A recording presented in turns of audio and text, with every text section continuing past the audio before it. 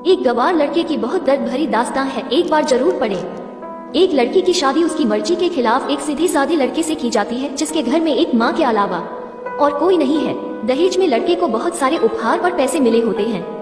लड़की किसी और लड़के से बेहद प्यार करती थी और लड़का भी। लड़की शादी होके आ गई अपने ससुराल। सुहाग रात के वक्त लड़का दूध लेके आता है तो दुल्हन सवाल पूछती है अपने पति से। एक पत्नी की मर्जी के बिना पति उसको हाथ लगाए तो उसे बलात्कार कहते हैं या हक? पति, आपको इतनी लंबी और गहरी जाने की कोई जरूरत नहीं है, बस दूध लाया हूँ, पी लीजिएगा। हम सिर्फ आपको शुभ रात्रि कहने आए थे, कह के कमरे से निकल जाता है। लड़की मन मार कर रह जाती है क्योंकि लड़की चाहती थी कि झगड़ा हो ताकि मैं इस गंवार से पीछा छुड़ा सकूं। है तो दुल्हन मगर घर का कोई भी काम नहीं करती, बस दिन भर ऑनलाइन रहती और न जाने किस किस से बातें करती। मगर उधर लड़के की माँ बिना शिकायत के दिन भर चूल्हा चौका से लेकर घर का सारा काम करती, मगर हर पल अपने होठों पर मुस्कुराहट लेके फिरती। लड़का एक कंपनी में छोटा सा मुलाजिम है और बेहद ही मेहनती और ईमानदार। करीब महीने भर बीत गए मगर पति पत्नी अब तक साथ नहीं सोए। वैसे लड़का बहुत शांत स्वभाव वाला था, इसलिए वो ज्यादा बातें नहीं करता था। बस खाने के वक्त अपनी पत्नी से पूछ लेता था कि कहाँ खाओगी, अपने कमरे में या हमारे साथ। और सोने से पहले डायरी लिखने की आदत थी जो वो हर रात को लिखता था। ऐसे लड़की के पास एक स्कूटी था, वो हर रोज बाहर जाती थी पति के ऑफिस जाने के बाद और पति के वापस लौटते ही आ जाती थी। छुट्टी का दिन था, लड़का भी घर पे ही था, तो लड़की ने अच्छे भले खाने को भी गंदा कह के माँ को अपशब्द बोल के खाना फेंक देती है। मगर वो शांत रहने वाला उसका पति अपनी पत्नी पर हाथ उठा देता है, मगर माँ अपने बेटे को बहुत डांटती है। इधर लड़की को बहाना चाहिए था झगड़े का जो उसे मिल गया था। वो पैर पटकती हुई स्कूटी लेके निकल पड़ती है। लड़की जो रोज घर से बाहर जाती थी वो अपने प्यार से मिलने जाती थी। लड़की भले टूटकर चाहती थी लड़के को, मगर उसे पता था कि हर लड़की की एक हद होती है जिसे इज्जत कहते हैं, वो उसको बचाए रखी थी। इधर लड़की अपने प्यार के पास पहुंचकर कहती है अब तो एक पल भी उस घर में नहीं रहना है मुझे। आज गंवार ने मुझ पर हाथ उठा के अच्छा नहीं किया। लड़का, अरे तुमसे तो मैं कब से कहता हूँ कि भाग चलो मेरे साथ कहीं दूर, मगर तुम हो कि आजकल पे लगी रहती हो। लड़की, शादी के दिन मैं आई थी तो तुम्हारे पास तुम ही ने तो लौटाया था मुझे।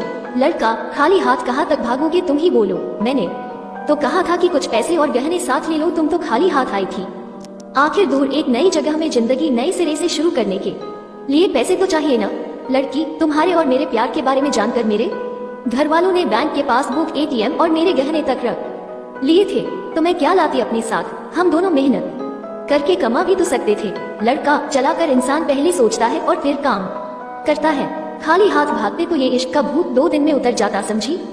और जब भी तुम्हें छूना चाहता हूँ बहुत नखरे है तुम्हारे, बस कहती हो शादी के बाद। लड़की, हाँ शादी के बाद ही अच्छा होता है ये सब, और सब तुम्हारा तो है। मैं आज भी एक कुंवारी लड़की हूँ, शादी करके भी आज तक उस गंवार के साथ सो न सकी क्योंकि तुम्हें ही अपना पति मान चुकी हूँ। बस तुम्हारे नाम की सिंदूर लगानी बाकी है, बस वो लगा दो, सब कुछ तुम अपनी मर्जी से करना। लड़का, ठीक है मैं तैयार हूँ, मगर इस बार कुछ पैसे जरूर साथ लेके आना। मत सोचना हम दौलत से प्यार करते हैं, हम सिर्फ तुमसे प्यार करते हैं, बस कुछ छोटी मोटी बिजनेस के लिए पैसे चाहिए। लड़की, उस गंवार के पास कहाँ होगा पैसा, मेरे बाप से 3 लाख रुपया ऊपर से मारुति कार ली है, बस कुछ गहने हैं वो लेके आओगी आज। लड़का लड़की को होटल का पता देकर चला जाता है। लड़की घर आके फिर से लड़ाई करती है, मगर अफसोस वह अकेली चिल्लाती रहती है, उससे लड़ने वाला कोई नहीं था। रात 8 बजे लड़के का मैसेज आता है व्हाट्सएप पे कि कब आ रही हो। लड़की जवाब देती है सब्र करो, कोई सोया नहीं है, मैं 12 बजे से पहले पहुंच जाऊंगी क्योंकि यहाँ तुम्हारे बिना मेरी सांसें घुटती है। लड़का, ओके जल्दी आना, मैं होटल के बाहर खड़ा रहूंगा। लड़की अपने पति को बोल देती है कि मुझे खाना नहीं चाहिए, मैंने बाहर खा लिया है, इसलिए मुझे कोई परेशान न करे। इतना कह के दरवाजा बंद करके अंदर आती है कि पति बोलता है कि वो अलमारी से मेरी डायरी दे दो, फिर बंद करना दरवाजा, हम परेशान नहीं करेंगे। लड़की दरवाजा खोले बिना कहती है कि चाबियां दो अलमारी की। लड़का, तुम्हारे बिस्तर के पैरों तले है चाबी, मगर लड़की दरवाजा नहीं खोलती बल्कि जोर जोर से गाना सुनने लगती है। बाहर पति कुछ देर दरवाजा पिटता है, फिर हार कर लौट जाता है। लड़की ने बड़ी जोर से गाना बजा रखा था, फिर वह अलमारी खोल के देखती है जो उसने पहली बार खोला था, क्योंकि वह अपना सामान अलग अलमारी में रखती थी। अलमारी खोलते ही हैरान रह जाती है, अलमारी में उसके अपने पासबुक, एटीएम कार्ड थे जो उसके घर वालों ने छीन के रखे थे। खोल के चेक किया तो उसमें वो पैसे भी थे जो दहेज में लड़के को मिले थे, और बहुत सारे गहने भी जो एक पेपर के साथ थे और उसकी मिल्कियत लड़की के नाम थी। लड़की बेहद हैरान और परेशान थी। फिर उसकी नजर डायरी में पड़ती है और वो जल्दी से वो डायरी निकाल के पढ़ने लगती है।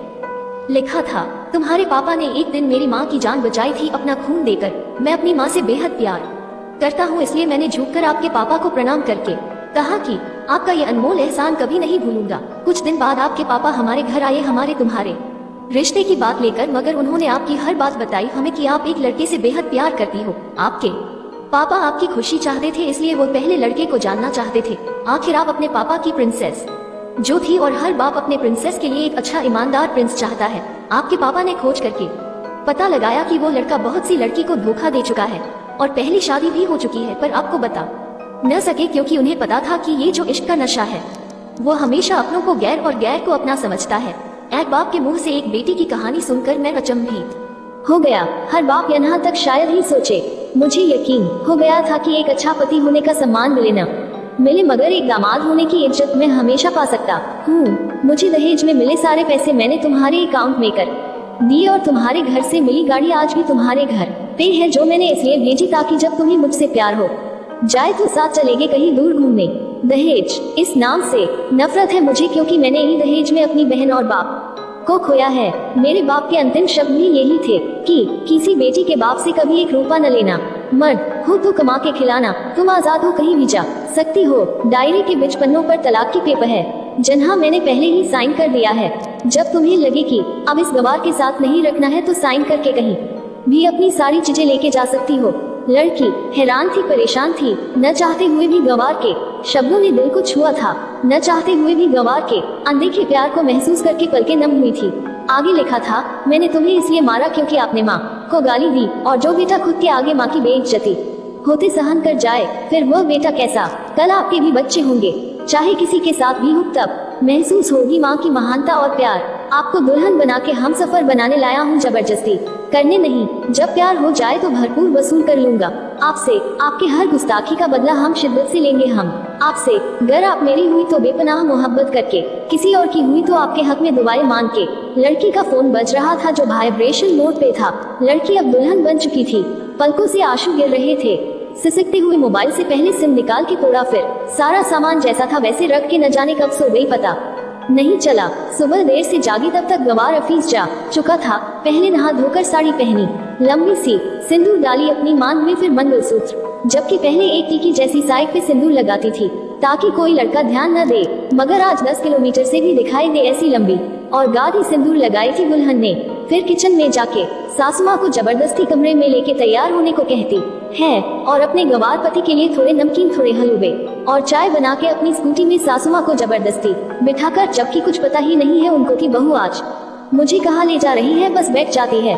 फिर रास्ते में सासू माँ को पति के ऑफिस का पता पूछकर ऑफिस पहुँच जाती है। पति हैरान रह जाता है पत्नी को इस हालत में देखकर। पति, सब ठीक तो है न माँ? मगर माँ बोलती इससे पहले पत्नी गले लगाकर कहती है कि अब सब ठीक है, I love you forever. Office के लोग सब खड़े हो जाते हैं तो दुल्हन कहती है कि मैं इनकी धर्मपत्नी हूँ, वनवास गई थी, सुबह लौटी हूँ, अब 1 महीने तक मेरे पतिदेव ऑफिस में दिखाई नहीं देंगे। ऑफिस के लोग, दुल्हन, क्योंकि हम लंबी छुट्टी पे जा रहे साथ साथ। पति, पागल, दुल्हन आपके सादगी और भोलेपन ने बनाया है। सभी लोग तालियां बजाते हैं और दुल्हन फिर से लिपट जाती है अपने गवार से, जहाँ से वह दोबारा कभी भी छूटना नहीं चाहती। बड़े कड़े फैसले होते हैं कभी कभी हमारे अपनों की, मगर हम समझ नहीं पाते कि हमारे अपने हमारी फिक्र खुद से ज्यादा क्यों करते हैं। माँ बाप के फैसलों का सम्मान करें, क्योंकि ये 2 ऐसे शख्स हैं जो आपको हमेशा दुनियादारी से ज्यादा प्यार करते हैं।